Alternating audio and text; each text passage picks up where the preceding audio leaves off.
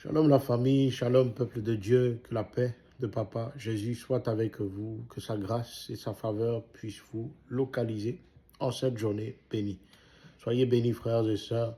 Je m'exprime rapidement aux égards de certaines choses que j'ai constatées dans ces derniers mois. Bien-aimés dans le Seigneur, le prophétique n'est pas du charlatanisme. Le prophétique n'est pas de la sorcellerie. Le prophétique, c'est un appel d'éveil pour aller chercher et permettre que le Dieu, Jésus, que nous servons, puisse rencontrer chacun de ses enfants. Lorsque je reçois des messages comme « Ô prophète, est-ce que tu peux lire dans ma vie? Ô prophète, est-ce que tu sais ce qui va se passer demain sur ma vie, etc. » Je vois que nous manquons beaucoup de foi. Le rôle du prophète n'est pas de lire dans les mains, n'est pas de lire dans la vie de quelqu'un, non. Le rôle du prophète est de conduire toute personne qui a cherché, qui a prié, qui a loué son Seigneur et qui n'a toujours pas eu de réponse, d'aller demander auprès du prophète une intercession afin que le Dieu, notre Dieu, puisse se manifester. Regardez un peu la situation de Anne. Anne n'arrivait pas à enfanter et elle subissait les moqueries de Pénina.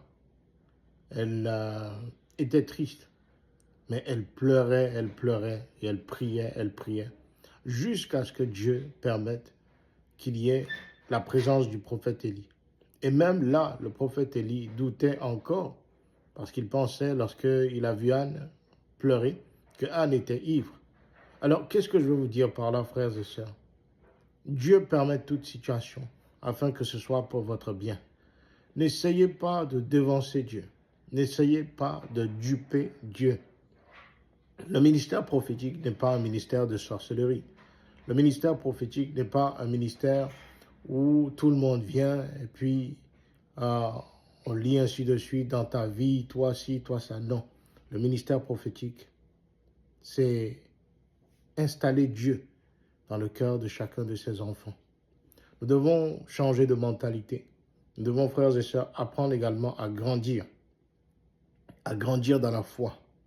Parce que c'est ce genre de comportement qui fait qu'il y a des personnes qui ne sont pas appelées par l'Éternel, qu'il y a des personnes qui ne sont même pas, ou qui ne sont pas choisies simplement par l'Éternel, mais qui abusent de pauvres enfants, de personnes qui n'ont pas le discernement.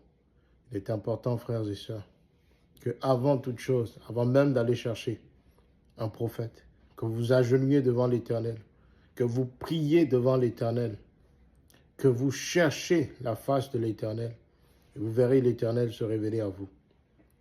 Il y a plusieurs personnes qui m'ont écrit, il y a plusieurs personnes qui m'ont fait des requêtes qui n'ont ni tête ni queue.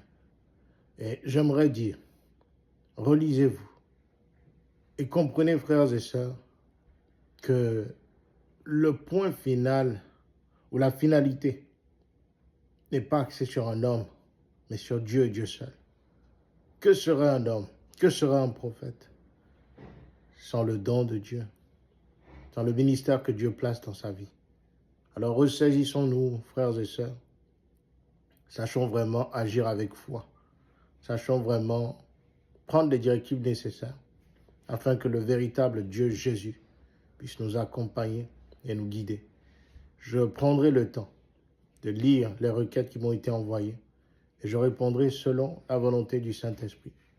Soyez fortifiés, soyez bénis. Et rappelez-vous que le Dieu que nous servons, Jésus, est fidèle. Que Jésus vous bénisse, que son nom soit glorifié dans vos vies et que vous soyez dans les prochaines heures de témoignages puissants de sa gloire. Shalom à tous.